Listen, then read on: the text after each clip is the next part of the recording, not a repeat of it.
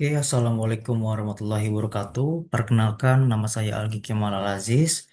Di sini saya akan menerangkan Buy-Based Materials untuk asesmen tengah semester mata kuliah Logistik Sistem dan Supply Chain Management dengan dosen pengampu Profesor Dr. Insinyur Agus Purnomo. Oke, jadi langsung saja, apa itu Buy-Based Materials? Jadi Buy-Based Materials adalah sebuah material yang asalnya dari biomasa berkelanjutan dengan proses biosintetik modern. Dan bio-based materials ini mencakup material biodegradable dan biodegradable, yang fokusnya itu tidak hanya di akhir dari hidup sebuah produk, tapi juga dari awal proses produksi. Lalu mengapa penting? Karena bio-based materials ini bisa membantu mengurangi jejak karbon dan limbah salah satunya. Dan contoh bio-based materials ini seperti yang bisa kita lihat itu seperti bambu, palm fiber, algae, dan mushroom. Dan kita tahu bahwa masalah terbesar di lingkungan alam saat ini adalah limbah plastik. Di sini dikatakan bahwa 9 juta ton limbah plastik itu tersebar di perairan dan 21 juta ton itu tersebar di wilayah terestrial. Dan packaging itu salah satu penyumbang limbah terbesar dari supply chain. Dan hanya 9% plastik global itu hanya berhasil didaur ulang. Dan di lingkungan alam yang paling sering ditemui di seluruh dunia, limbahnya adalah tas, bungkus, kardus, dan styrofoam. Dan di dalam sektor bangunan dan konstruksi, mereka juga salah satu penyumbang emisi gas rumah kaca terbesar, sekitar 37% emisi karbon. Lalu, apa alasan logistik itu memerlukan bio-based materials? Oke, salah satunya tentu ada tekanan regulator dan konsumen agar meminta mengurangi polusi plastik. Dan kita tahu juga bahwa sebagian besar perusahaan itu menggunakan palet berbasis kayu, yang akibatnya jika rusak dan tidak terlalu kuat, akan ada pergantian dan tentunya itu akan menyebabkan biaya yang timbul lebih tinggi. Lalu, apa sih solusi biobase dalam sektor logistik?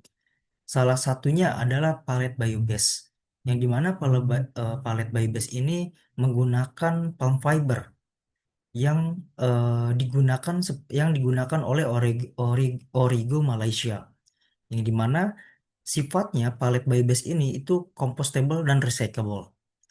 Lalu ada juga packaging biobase dalam solusi biobase dalam logistik ini. Contohnya seperti wall insulation yang digunakan dari Planet Protector, yang dimana wall insulation ini menggantikan sebuah styrofoam. Lalu dengan biobase ini bisa mengubah menjadi sebuah eh, kemasan yang berkelanjutan dengan menggunakan algae, mushroom, atau bambu untuk materialnya. Tapi ada beberapa tantangan yang akan dihadapi pada saat kita mengimplementasikan bio-based materials. Kita tahu bahwa produksi bahan basis bio-based ini masih kecil dan tentunya tidak bisa eh, kita adopsi dalam skala besar. Dan bio-based material juga harganya bisa lebih tinggi dan tidak semua bisa terurai secara hayati dan masih berkontribusi dengan limbah. Dan bio-based materials ini juga secara durabilitas dan stabilitas itu masih kalah dibanding dengan material berbasis plastik.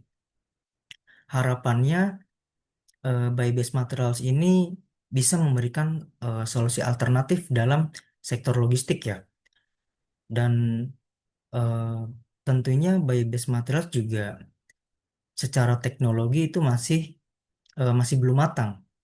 Dan material yang 100% biodegradable juga secara durabilitas itu masih kalah dengan material yang berbahan plastik. Dan tentunya bio-based materials ini perlu dipantau karena potensinya besar dalam supply chain dan sustainability. Oke, jadi segitu saja mengenai bio-based materials.